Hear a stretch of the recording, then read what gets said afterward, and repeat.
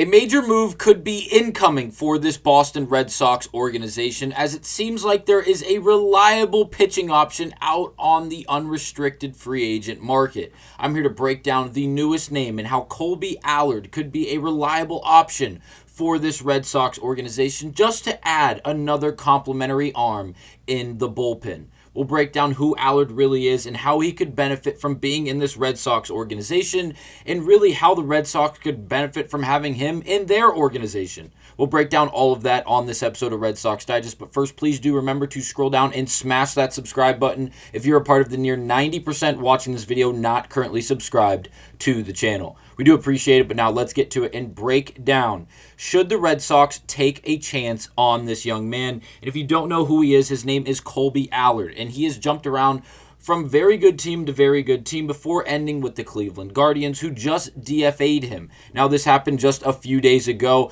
I'm a little late to the news, but I apologize. But again, he has not been signed yet, and still seems available for this Red Sox team to go and acquire him if they want to add another left-handed bullpen arm that has a lot of upside. I will say there are a few things that obviously don't work for Allard, and he cannot be a starter. We have seen him in multiple situations where he has started ball games.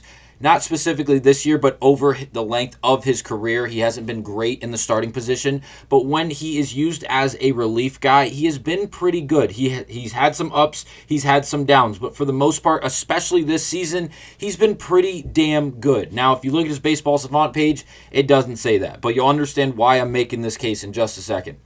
If you look at the bottom right, it shows a 5-pitch mix, but if you watch him play, it's really a low 90s fastball, a looping curveball that really can struggle to get down below belt high, which can be a major flaw. But the biggest pitch that Allard has, and the most effective pitch that he has by far and away, is the changeup. If you go, he's been on Pitching Ninja a million times, it feels like. Because of that changeup, he has the ability to really be deceptive with that pitch, despite only throwing 90 miles per hour for a fastball. Nothing that he can really blow by hitters, but because of it coming from the southpaw side, coming from the left-handed side of things, and again, having great deception and the ability to really sink and really fall off the plate and out of the zone, that changeup is a filthy, filthy pitch. He also has a great ability not to walk guys, while also not having great whiff rate, not great chase rate. He has the ability to not walk guys. He is attacking hitters, and he's throwing in the strike zone, and despite that, he's not getting absolutely crushed. The average exit velocity is way up because, again, he is throwing not that very hard, but the hard hit rate is up. The ground ball rate is down.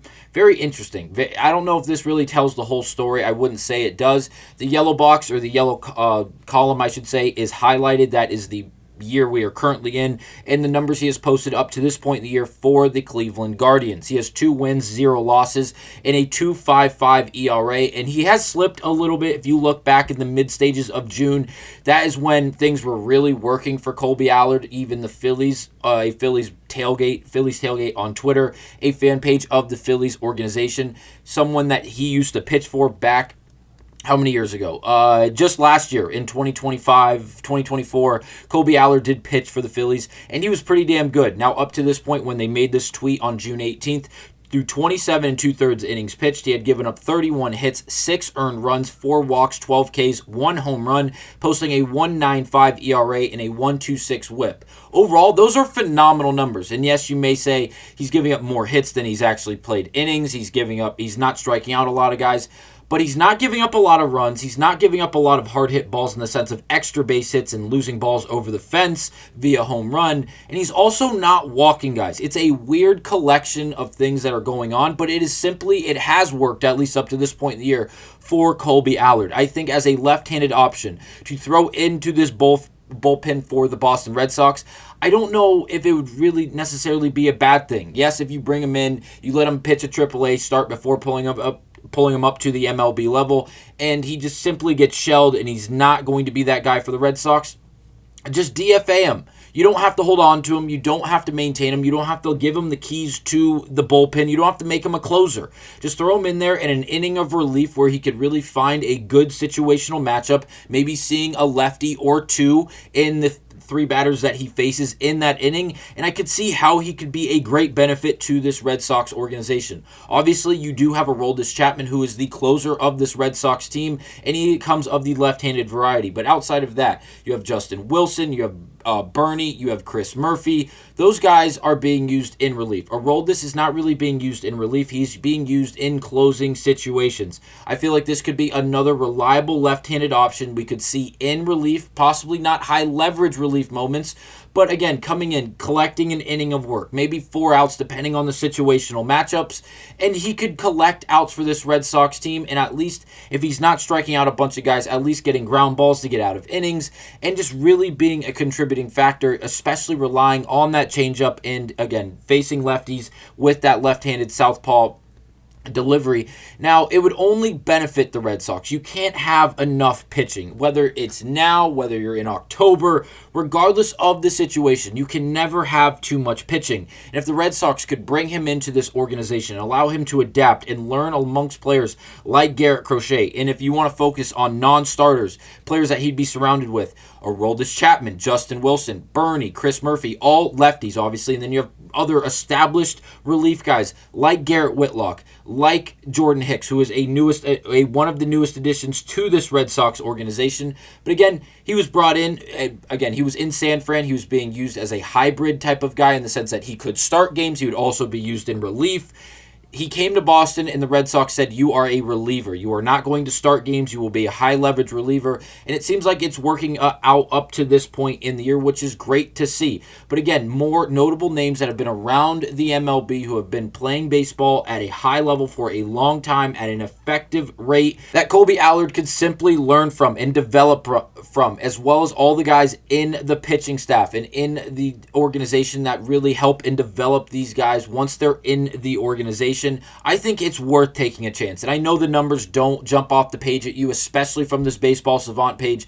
But if you look at the overall numbers he's produced up to this point in the year, whether it was off that June 18th tweet from the Phillies Twitter page or the Phillies tailgate Twitter page, or if you're going off the numbers up to this point in the year, as he did make a few more appearances post that June 18th tweet, overall, he's been a pretty damn good player, a pretty reliable player that the Red Sox, I really believe, should take a chance on and add another piece of pitching depth to their franchise and to their organization. I don't think you can ever have too much pitching, and I think it's always a benefit when you have a surplus of it because you don't have to have that panic. We don't have the depth, or hey, we have to turn this game into a bullpen game. This is going to be we're going to end up using 5 or 6 guys in this game. If you have a surplus of arms available and ready to go, that is never going to be a problem. And I know you can only have 13 guys on the roster, at least on the MLB level, but when you have those guys down in AAA, staying ready, like we've seen up to this point, whether it's for 1 or 2 starts before they know they're getting called up, or if they're sitting down there waiting for their opportunity to get called up and make good with it, this could be a great option for the Boston Red Sox to really go out there and acquire a reliable left-handed arm who has a lot of upside and still is only 27 years of age.